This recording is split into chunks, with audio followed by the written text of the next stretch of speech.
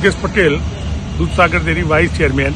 આજે મારી બોર્ડ બેઠક હતી. બોર્ડ બેઠકની અંદર અમુક પ્રશ્નોત્તરી હતી. મારી જોડે અમુક મુદ્દાઓ હતા.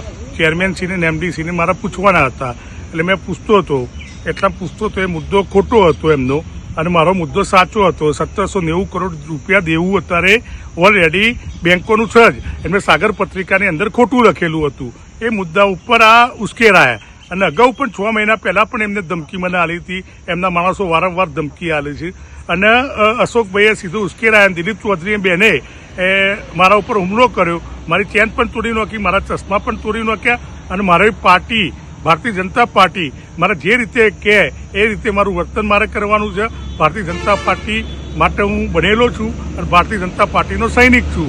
એટલે મેં અગાઉ એમના જોડે જફાજફી ના કરીને કે હું પણ કરી શકતો હતો, પણ હું પણ એક પાટીદાર દીકરો છું, હું પણ મારી શકતો હતો. પણ પાર્ટીના કારણે પાર્ટીની ઇમેજ ખરાબ ના થાય એના માટે હું કંઈ પણ કરી ના શક્યો અને મેં એફઆઈઆર કરવા માટે બી ડિવિઝનમાં પણ અરજી કરી.